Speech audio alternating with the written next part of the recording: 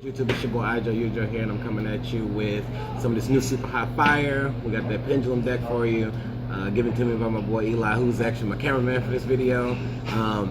This deck right here is pretty dope. I've been losing to it a lot, so if you go in the nets, you know, go ahead and check out this list right here. This is some new shit. It's actually something that's not being played by a lot of people, so we're gonna get into it, and I'm gonna show you a little bit of tech.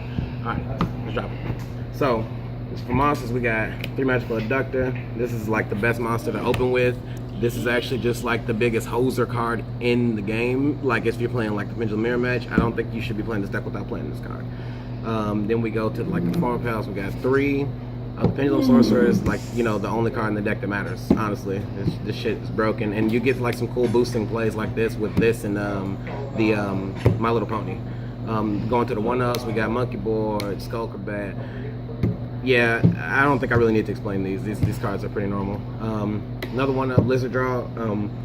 The explanation behind this is we don't really like a turtle, and we don't really want to draw this, but we do want to search it and like scale it and pop it to like get a card deeper to try to find our traps. And also like pendulum this back and just sitting on the board, it deters your opponent from attacking you because you just get to draw a bunch of cards. So this shit's amazing. 1 Archfiend Eccentric.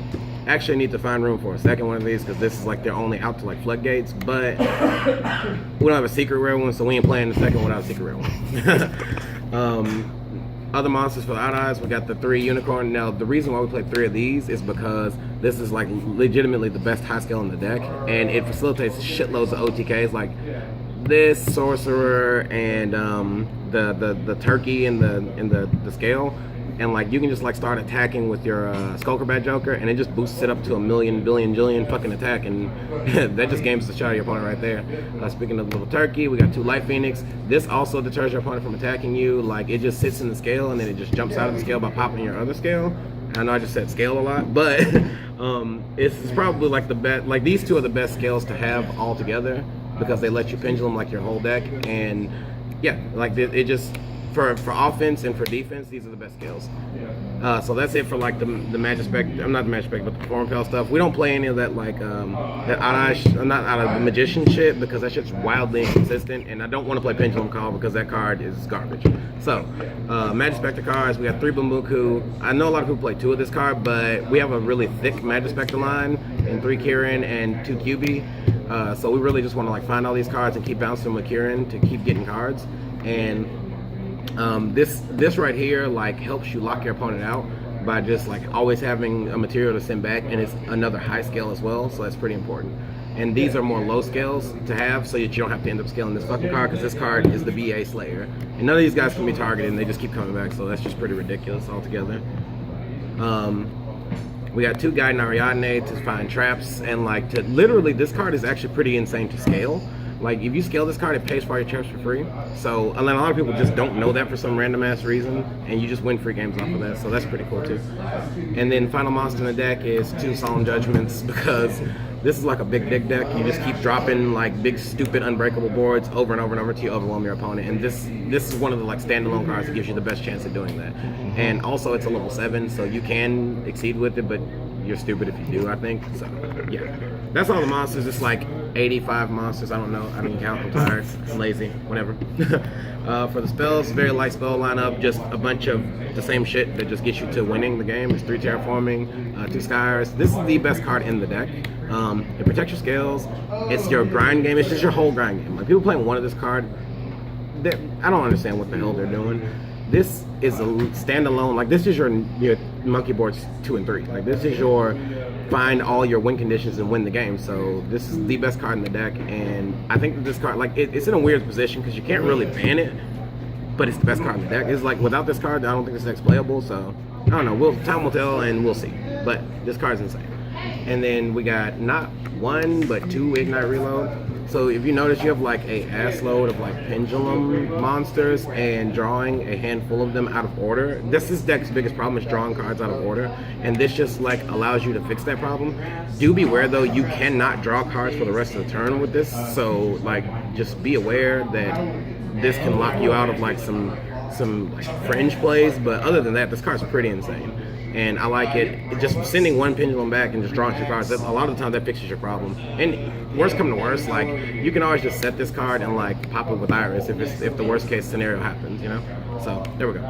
And then last spell of the deck, the obligatory Odds Fusion. I mean, this is like your bomb card versus the meta.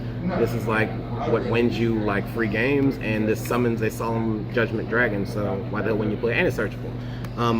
We've been all talking about going to 2, but we'll get to that. So traps, pretty standard and safe, like 2 Solemn Judgments, 3, 4 Solemn Judgments, and 5 Solemn Judgments. Yeah, like, you just want to just negate all that shit. Like, the real big thing with this deck is you just set up a big board and just protect it with behind these, and your opponent can't actually do anything. And this card...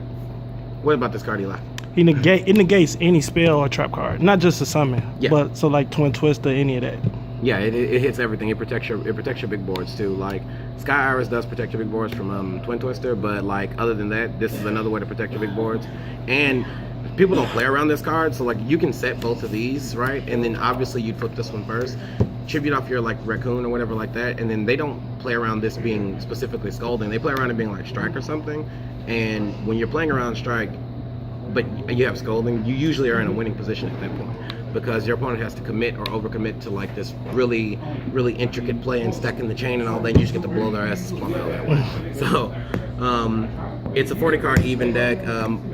Like I said, not really like, the only thing I would think about changing is adding in a second Odds Fusion, probably in like favor of 1 Ignite Reload, but Ignite Reload is too damn clutch. So moving on to the extra deck first, we got like 1 Odds Rebellion Dragon. This card sucks, but you need it for Odds Fusion because it's a pendulum, and even if it's face down in the extra deck. But don't ever try to summon this card because it's whack. Like, this card's pretty lame. 2 Absolute Dragon. Now we don't play the Media Burst Dragon because we actually make this card. This card gives you something free out of the extra deck. So like you can just like make this and set up soft lock boards, and worst case scenario, it's still a Utopia, even if it's just on the board. So this card is actually pretty damn good, and I actually wouldn't change this part of the deck.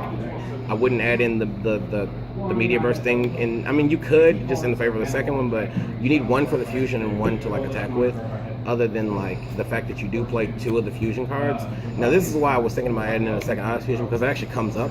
Like when I was just like testing with this deck and just like playing against a few of our friends, the second one of this came up a lot, and just putting this like big 3,000 ass on the board and just like keep spinning all your shit back to the deck, like you just get like a ton of free advantage off this card. So, I really like this card. I think this is the best. This is the whole reason. This is Skyrim is the whole reason I would even play this deck, and this is the reason I would take this deck to a bit. So now we just got like, this deck actually has like a surprising amount of extra deck space, so you get to play like a bunch of tech stuff. Like you get to play the Giga Brilliant Corbage for Beatrice. This is the best out to Beatrice in my opinion. I think you like a lot of decks, if you can incorporate this, you should. And this is like your only rank 3, and regardless of that, like if they're not playing Beatrice, you can just make this and boost all your shit up. Like a 28 one of these is actually pretty damn relevant, because that very few things can out it at that point, and it's a Solemn Judgment on legs. So that's pretty relevant, and that's pretty damn good.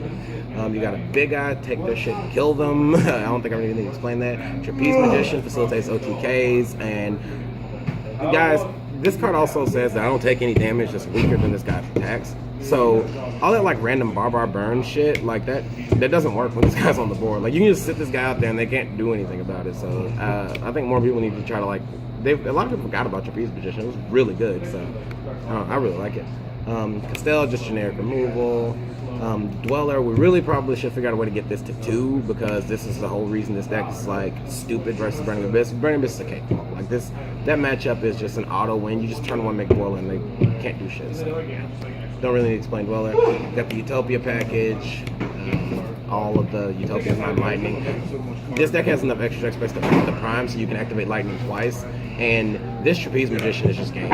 Like 5,000, GG, no re. So yeah. And then this also is like an Armides, so that's pretty cool too. And then finally we got the Utopia Beyond, because Cosmos ships and making this is killing the shit out of them. So, yeah. And that's it. That's the extra deck. 15 cards.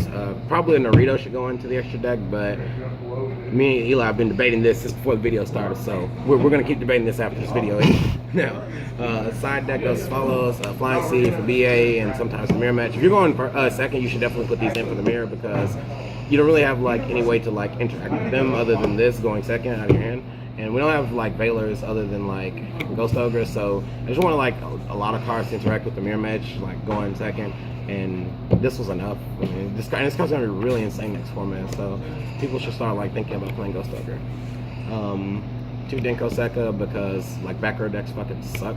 You just summon this card and then you just go off from there. You could play Holding Legs in this position, but I really like Denko because it's actually just a relevant body. It's just an attacker. So, yep. Fuck Monarchs. Really? Fuck Monarchs? No, I mean, really. Fuck Monarchs. And Cosmo. This all beats like the Monarchs, and this is just really good versus Cosmo. I mean, this deck has a really good matchup versus BA and Cosmo. It has a really bad matchup versus Monarch, you know, because it's Monarch and Erebus that target, so it's really lame. And I mean, that's the deck. Like, you know, let me know what you guys think. I mean, I've been meaning to profile pendulums for like actual ever, and you know, rate, comment, subscribe.